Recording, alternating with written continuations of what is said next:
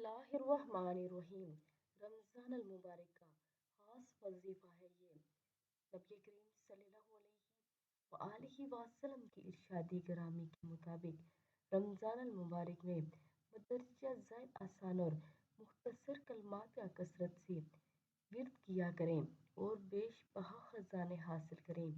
وہ کلمات مبارک یہ ہیں: لا الہ الا اللہ، ترجمہ ہے اس کا، نہیں ہے کوئی معبود سوائے اللہ کے، استغفر اللہ، میں اللہ سے مغفرت طلب کرتا ہوں، اسأل اللہ الجنت، میں اللہ تعالیٰ سے جنت کا سوال کرتا ہوں، اعوذ باللہ من النار، اور اللہ تعالیٰ کی پناہ پکڑتا ہوں جہنم سے۔ تو آپ سبھی رمضان المبارک میں ان چھوٹے چھوٹے کلمات کو لازمی پڑھیں، اور یہ بیش بہا کلمات ہیں۔ اللہ رب العزت ہم سب کو عمل کی توفیق عطا فرمائے، آمین ثم آمین۔